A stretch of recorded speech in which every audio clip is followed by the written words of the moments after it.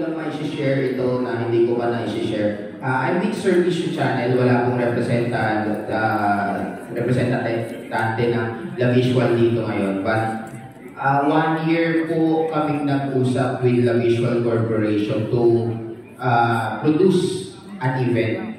So, siguro, nung unang beses namin ginawa to, matagal na preparation, ano ba yung mga kailangan, supplier, kumbaga, almost talagang investment talaga. Yun yung pinakauna eh.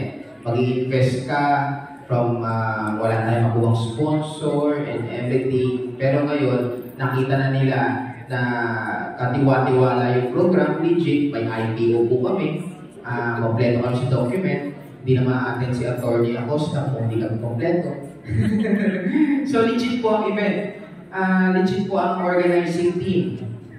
Everything po talagang pinlansya po namin. Yun po siguro yung mahirap, yung talagang kung kompleto yung lahat ng document, the preparation, the program, marami naman kami na atin na ganyan. Siguro, as times goes by, dumadali. Ang mga problema na lang siguro natin iniisip sa kapag sa weather, medyo hindi maganda, may mga hindi makakapunta.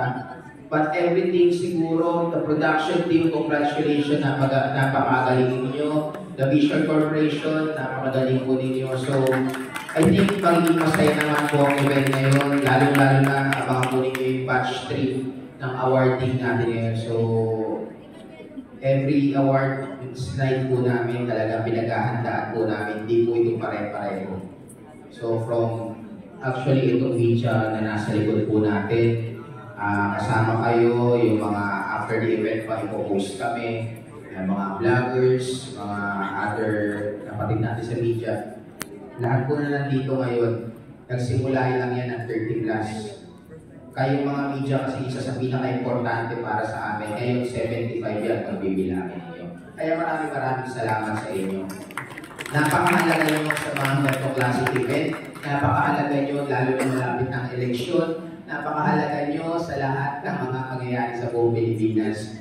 Tulad nito, binibigyan nyo ng importansya. Kaya maraming salamat po.